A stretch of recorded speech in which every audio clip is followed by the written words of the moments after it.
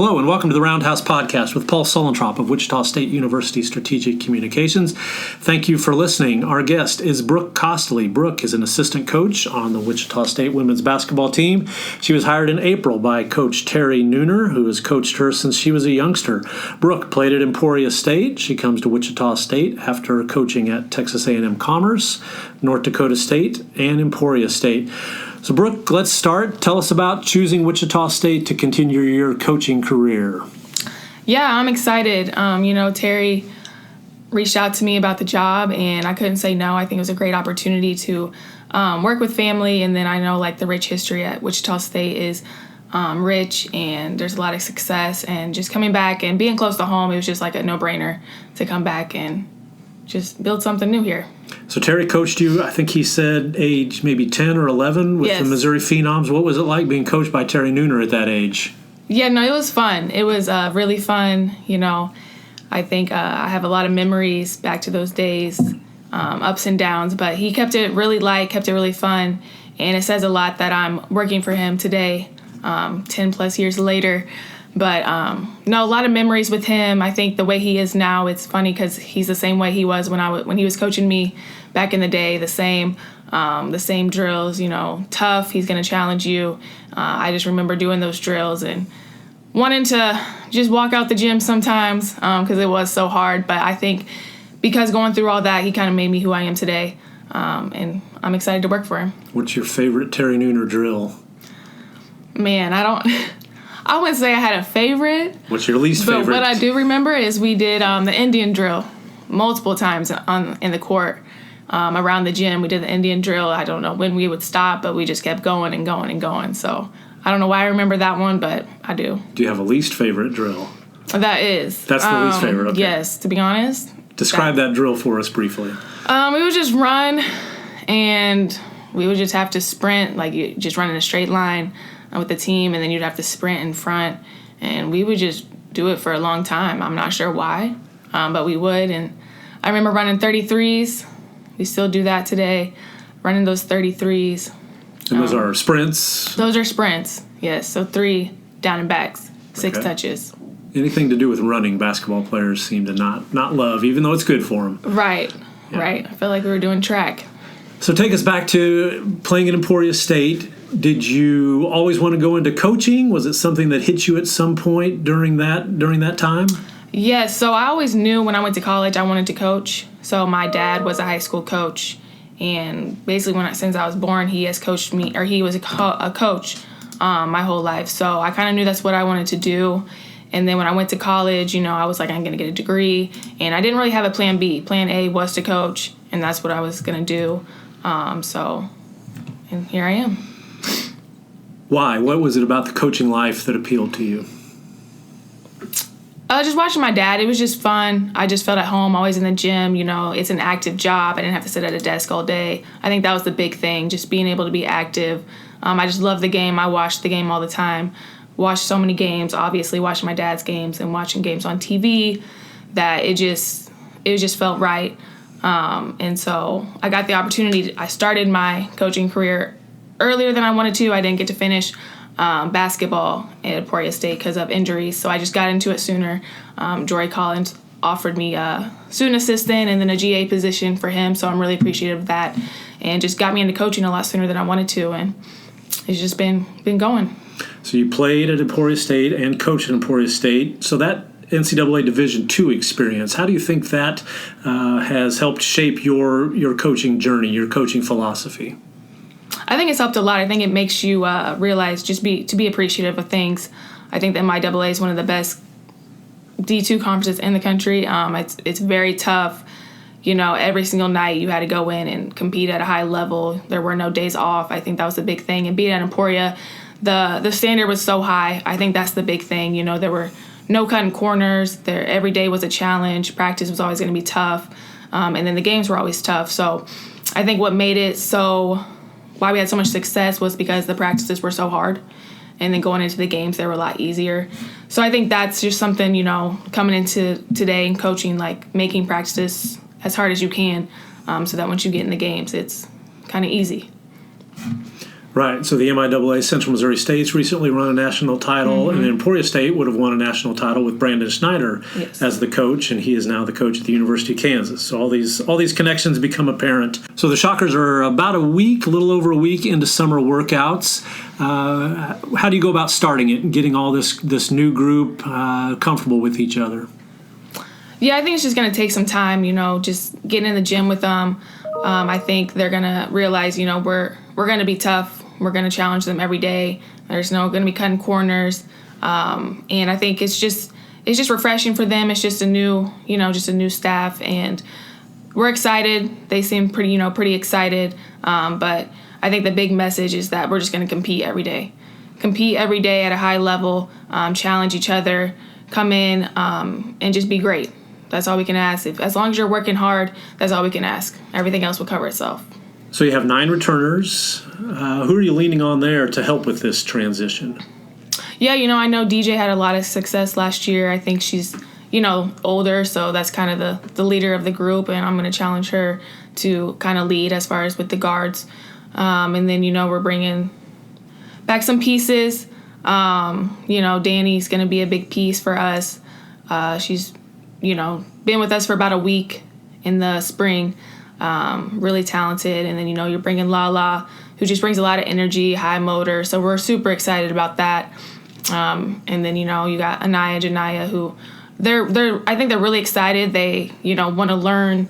They're engaged every day. So I think everything's going to fall into place. We just got to get together and just all get on the same page. So team building is important in these situations. I understand you went bowling recently. Who's the best bowler on this Shocker basketball team? I think Ella and Treasure were up there. And that's the funny thing about this group. They compete at everything. Everything's a competition. They talk a lot of smack to each other, which is fun. Same thing they do on the court. But Ella and Treasure were up there. First picture or decoration you put up in your office, or is there one that you walk in and you say that's particularly significant or meaningful, or maybe that's what I show to a recruit and their family when they come in? Yeah, so I guess I have 2 pieces. I haven't done a lot to my office yet, but I have my family, a picture in there. You can kind of see it, just so that they walk in and just see my family. And then up top I painted a picture. I just went to a painting class, and I brought it because it's like pink. I like pink and purple, and it just brings a lot of life into my office, so you can see it as soon as you walk in. Just, showing I do like art. I do like to draw, so it just shows my creativity, and you can't really miss it since it's pink. Okay, so art class. Tell us more about that, or the drawing. Is that what you do more of? What kind of drawing? Yeah, just sketching, drawing. I don't really paint or do any coloring of my drawings. I just draw, but I did that at a painting class. Best memory from your playing days at Emporia State?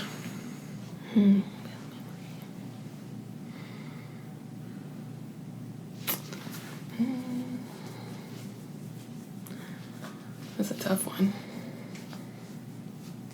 Beating Washburn? That's the big rivalry, right? Would that be one? Yeah, beating Washburn's always good. I think we beat them my 4 years there.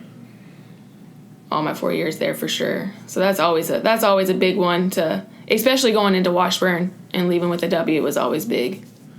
Okay.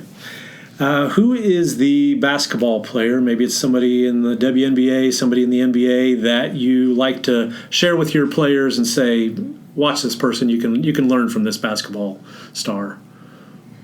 Yeah, one of my favorite players is Diana Taurasi. I know she's kind of a veteran now, and the game's changed a little bit, but that's just my player. I've just liked her since I was little. I remember watching her at UConn in the Final Four. But for her standpoint, just being a competitor, just watching her.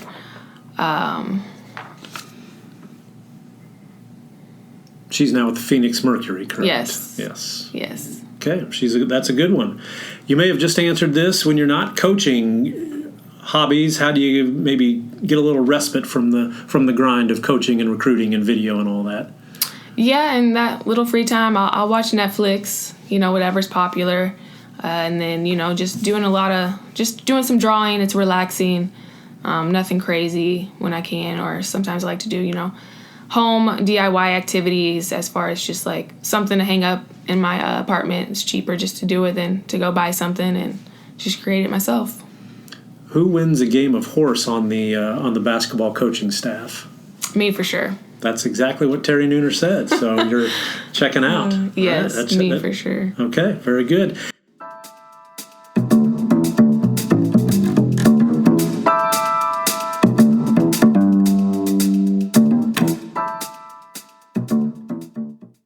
Hi, this is Rick Muma, president of Wichita State University. Check out the latest episode of the Forward Together podcast. Each episode, I sit down with different guests from Shocker Nation to celebrate the vision and mission of Wichita State University. Listen wherever you get your podcasts.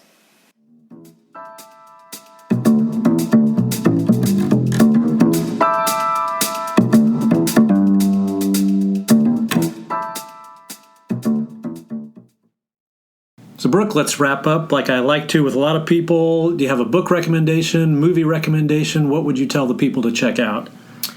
Yeah, one of my favorite books is Atomic Habits. It's just basically how to break your habits. I think once you break those habits, things can change in your life. Whatever you don't like what's going on, just look at your habits and your day-to-day, and I think once you change those habits, things start to change. Excellent. Brooke Costley, women's basketball assistant coach at Wichita State. Brooke, thanks for your time. Thank you.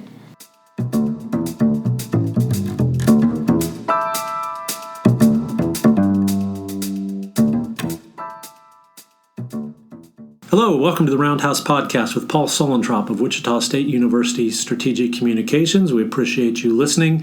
Today we're going to talk about women's basketball with Nick Bradford. Nick is an assistant coach on the Wichita State basketball team. He was hired in April to join Coach Terry Nooner's staff. Nick previously was the associate head coach for the boys basketball team at Fayetteville High School in Fayetteville, Arkansas. He also coached girls basketball for the Missouri Phenom AAU EYBL program. He played at the University of Kansas with Terry Nooner, also coached at Labette Community College and Missouri Southern.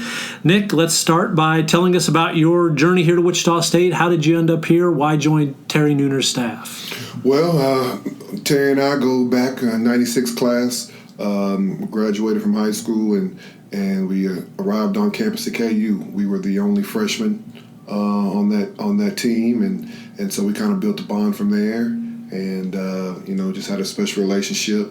Was roommates our junior and senior year of college, and then after college we stayed around a couple years in Lawrence, and we were roommates then, and so we lived together for about 5 years total, and just kind of dreamed and talked about one day coaching together, and didn't know where it would be, but it's just kind of funny years later. This is why I'm here at Wichita State. What was your first impression of Terry Nooner? I was the only scholarship player, freshman coming in at Kansas, and he was a walk-on, and so he kind of was a preferred walk-on, but had to do the tryouts and all that, and my first impression of him was he could really shoot that thing, and he came in really shooting the basketball well, and then when he got a part of our group, just a great guy. I mean, everybody loved Terry and wanted to follow Terry. It's kind of crazy. He was a walk-on, but just the way he carried himself, everybody kind of followed in his lead, and he was kind of a leader of all of us.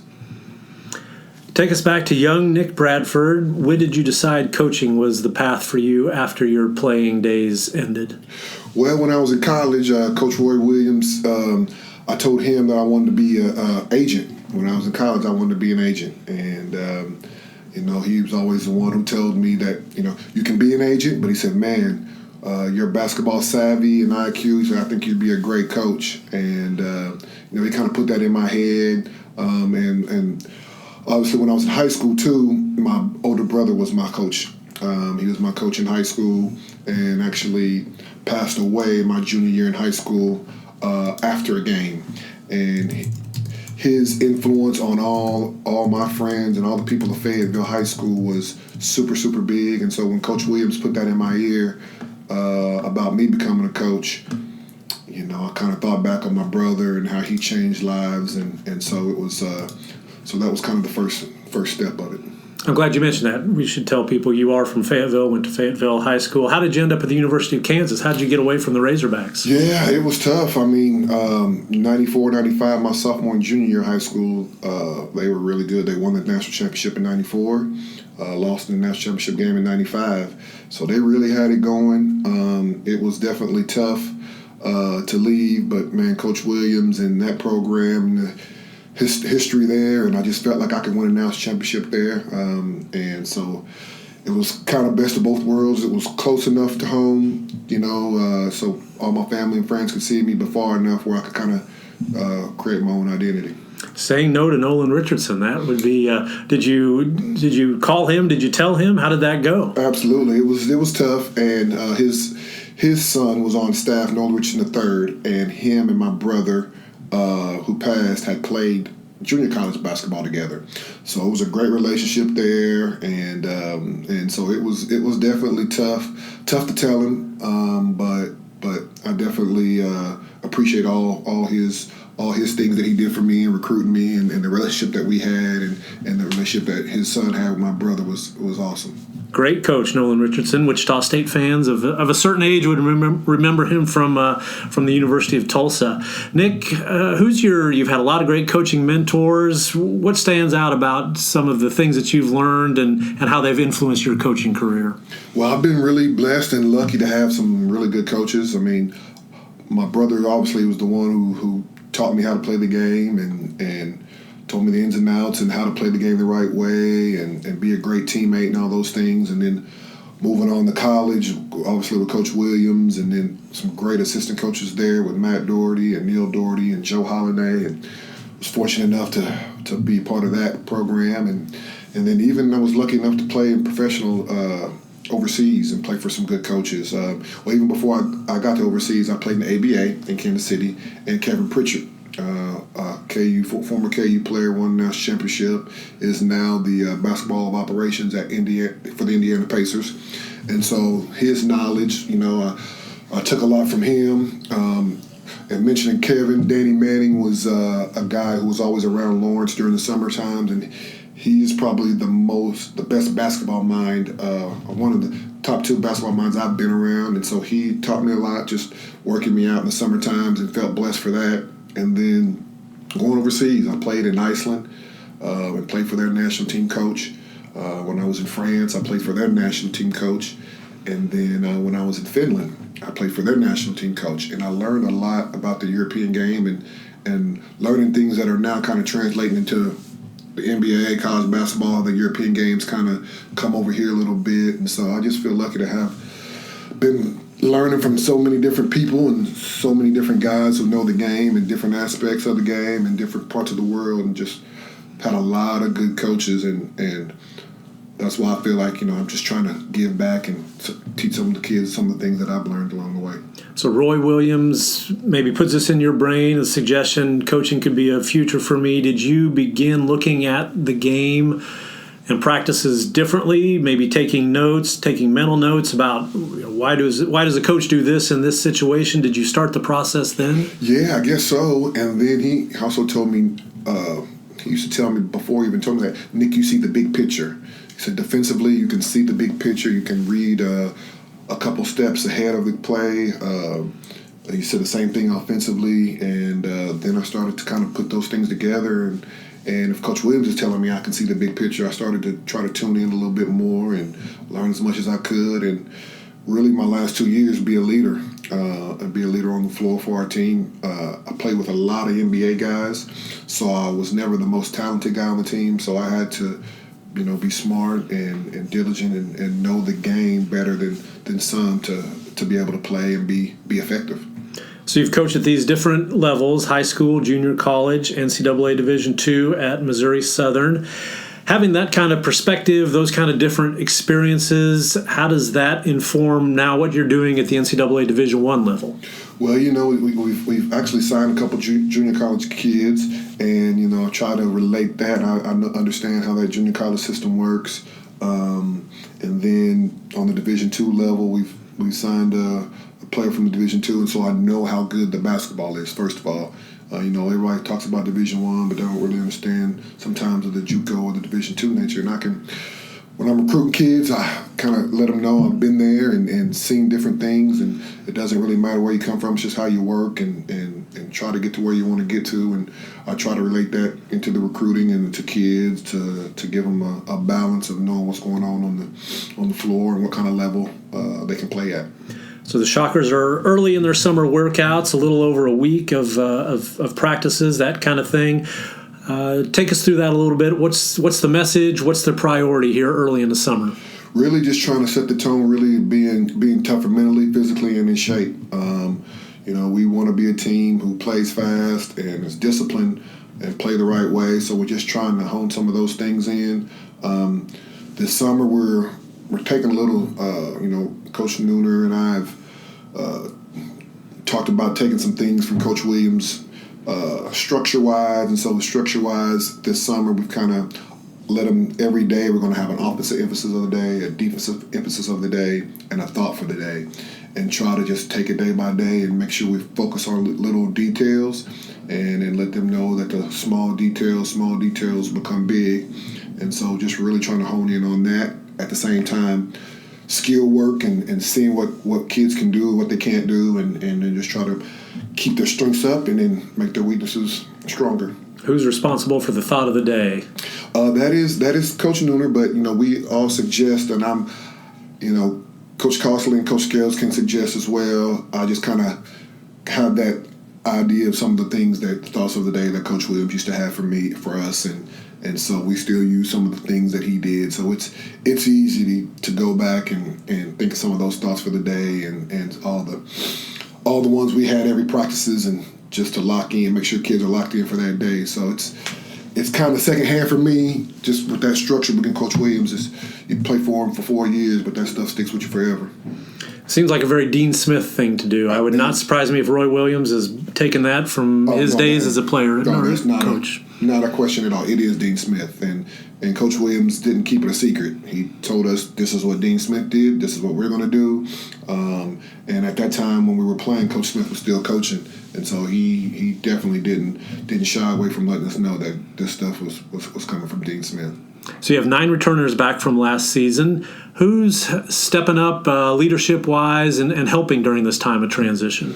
I think DJ's done a great job. Lala's been great.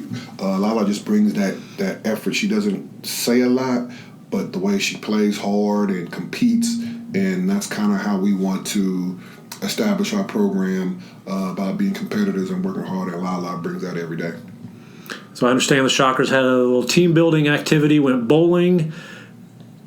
Give us a scouting report on the bowlers on this team. For the ladies, Treasure seemed like she was the best of the girls. She was talking a little trash and to the girls, and then she tried to talk a little trash to me, so I had to step my game up.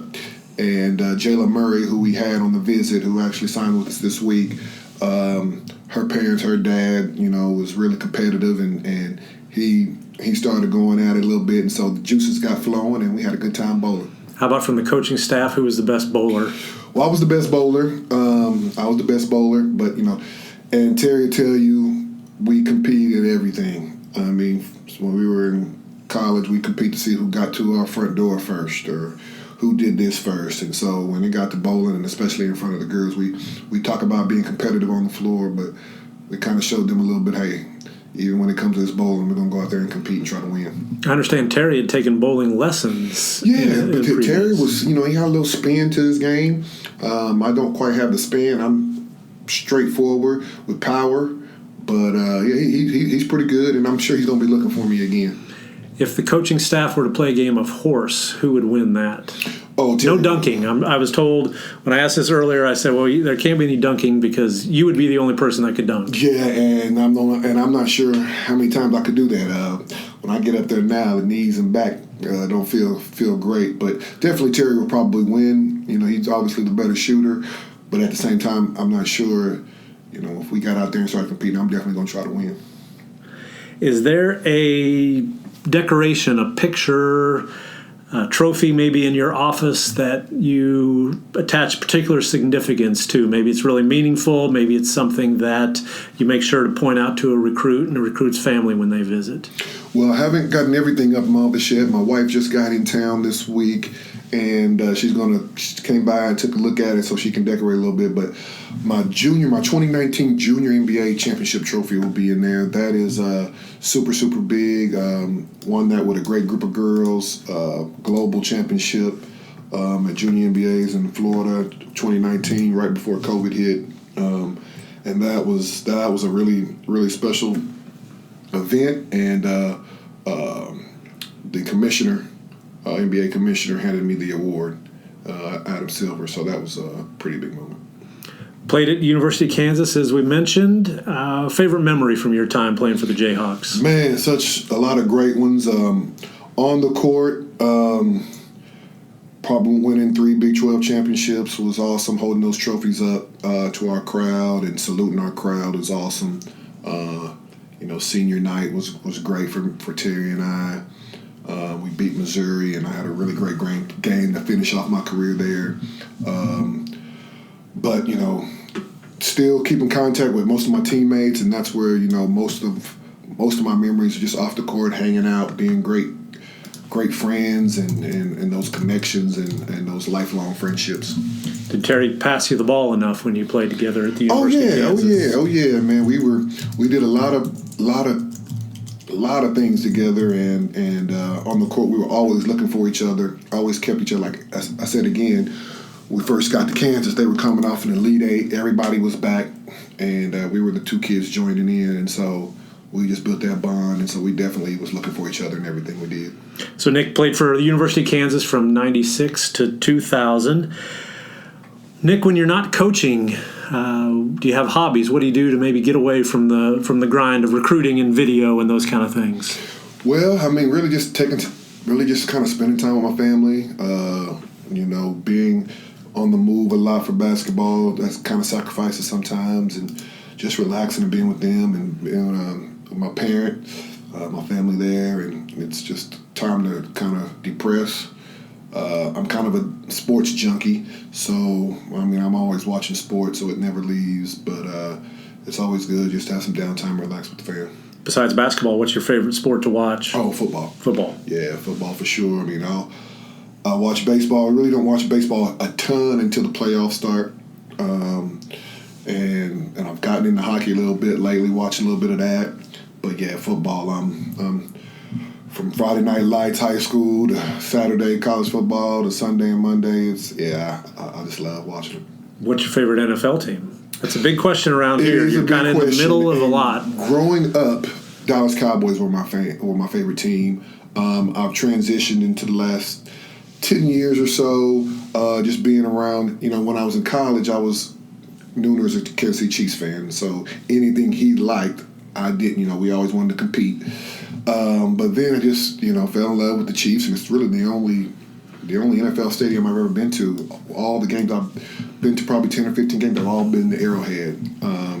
My family growing up was a Raiders fan, and so my mom and dad would take us up here to Kansas City and watch games. And so even as a kid, I was in Arrowhead, and so now I'm a Chiefs fan, and so I think I'm okay around here being a Chiefs fan. That's a good, yes. Nothing good comes from being a Cowboys or a Raiders fan, so I'm glad you've made that move to being a Chiefs fan.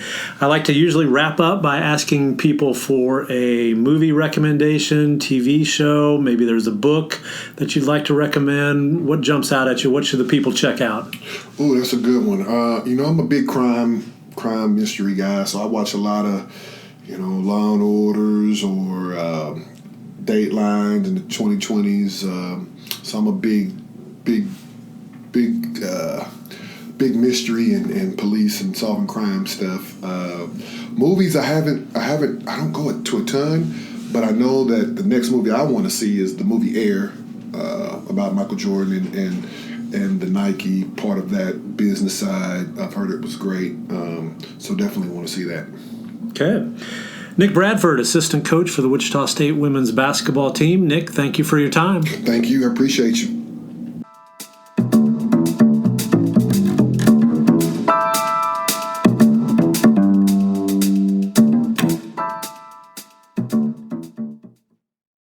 Thank you for listening to the Roundhouse podcast, courtesy of Wichita State University Strategic Communications. We encourage you to rate, review, and subscribe wherever you get your podcasts. You can find more Roundhouse content at GoShockers.com. It's over. It is over. Ladies and gentlemen, say it slowly and savor it. Wichita State is going to the Final Four for the first time in 48 years. Unbelievable. What a scene, folks. The Shocker fans are just going crazy in the stands. Just maybe the greatest win in the history of Wichita State basketball.